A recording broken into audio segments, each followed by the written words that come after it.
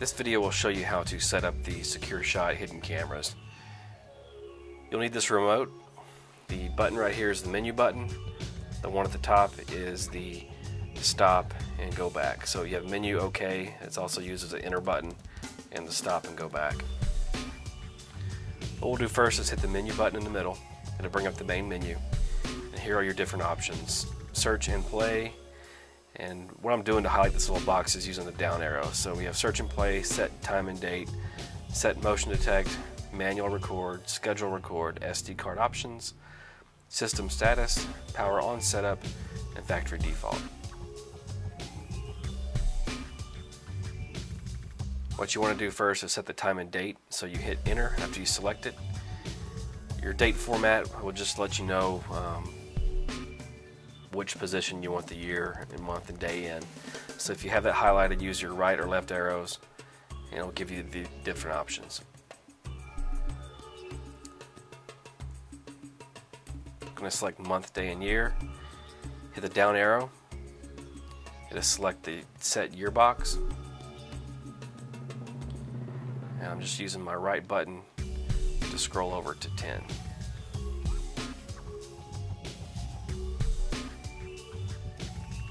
Going to go down for 1 is the month, and the day you can go back if it's towards the end of the month, make it faster for you. Today's the 27th. I'll go down, and right now it is 10:46. And keep in mind this is military time. You can't do AM and PM, so it's either military time or nothing. So we're going to 10. Hit the down button.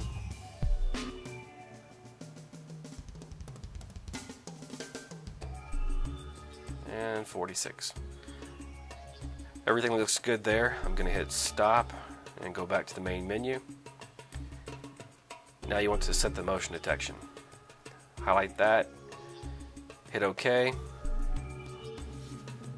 Your two options are set motion detect area and set motion detect sensitivity. I'll go to the area and just do a little demonstration here.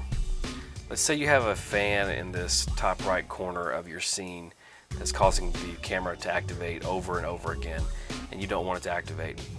Everything in red is motion sensitive. Everything that's just clear with no red is not motion sensitive. So all you do is use your up, down, left, or right buttons and the OK button to select or deselect these little areas. So let's pretend that light is a fan and it's causing the device to activate.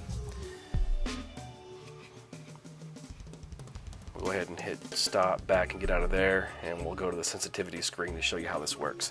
So everything here in the sensitivity screen that's bluish, greenish is sensitive to motion. So if you see my hand going across this area, it shows you the motion activation.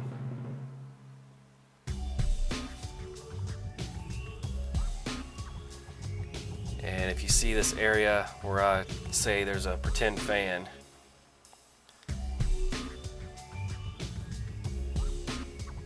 it doesn't detect motion. There's no red up there, so you don't have to worry about the recorder activating. The energy and the threshold, these are settings you'll have to play with yourself if for some reason this camera records by itself or doesn't record at all when it's supposed to. You'll just have to adjust those, but the factory default is pretty good. Alright, we're going to hit stop, go back, and we're going to go to the main menu. Manual recording, this is for if you're going to use the remote control to activate this device. Really not used in covert applications very much, so I'm not going to go over it. Schedule recording by default is set to be off, which is what you see here in this 00 and this little X in front of it. A lot of people get confused because they think that schedule recording means it comes on at a certain time or day, and they just want it to be motion activated and leave it alone. You still need to schedule your motion activation. You have a couple different options. Let's first go over the time. 00 means midnight, 01 is 1 in the morning, and then 23 down there is 11 p.m. So you're talking 24-hour or military time format here on this screen. So you got midnight through 11 p.m., which is 23. Now select the time using the up and down. I'm going to start with 00 The star means all recording, and here's the different options. No recording, scheduled for timer recording, you have that option. Motion activation, or alarm input, which does not apply to you in this covert application. What we suggest to everyone is just select the little running man, which is motion activation, on all your screens, and you'll be fine. So make sure each hour is set up for motion detection, which is a little running man, and hit stop or go back.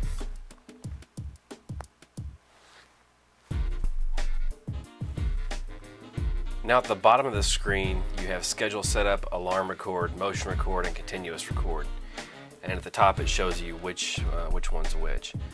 What you want to be concerned with is the motion record, and this allows you to select the video size 640 by 480 or 320 by 240.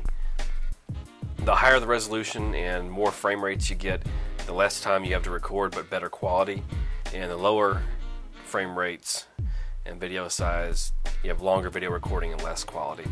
So I always like to go with highest quality first just to see how it works out for me.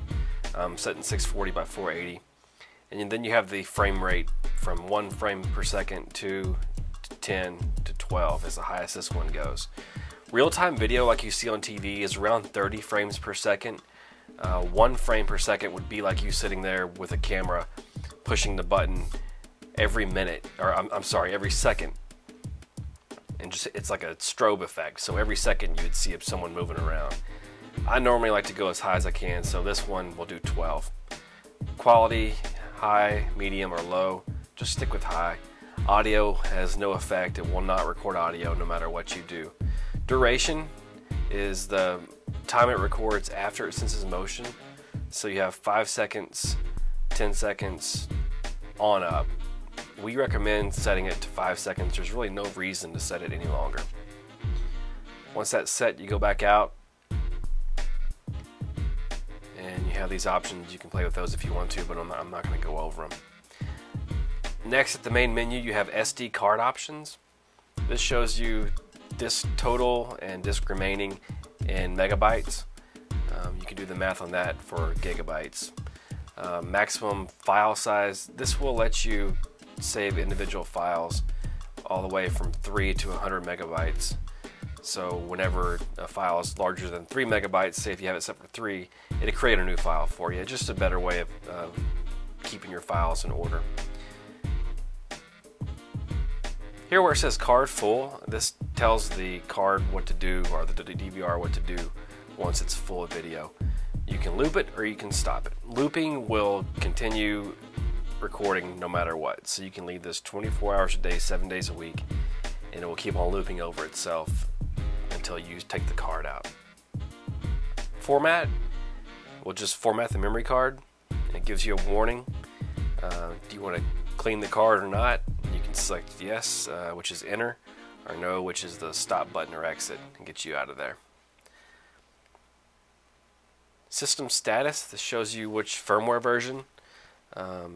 SD card full is in loop. It shows you all your resolutions and all the good stuff on your system to make sure you have it set up and ready to go. Power on setup, you have different languages here.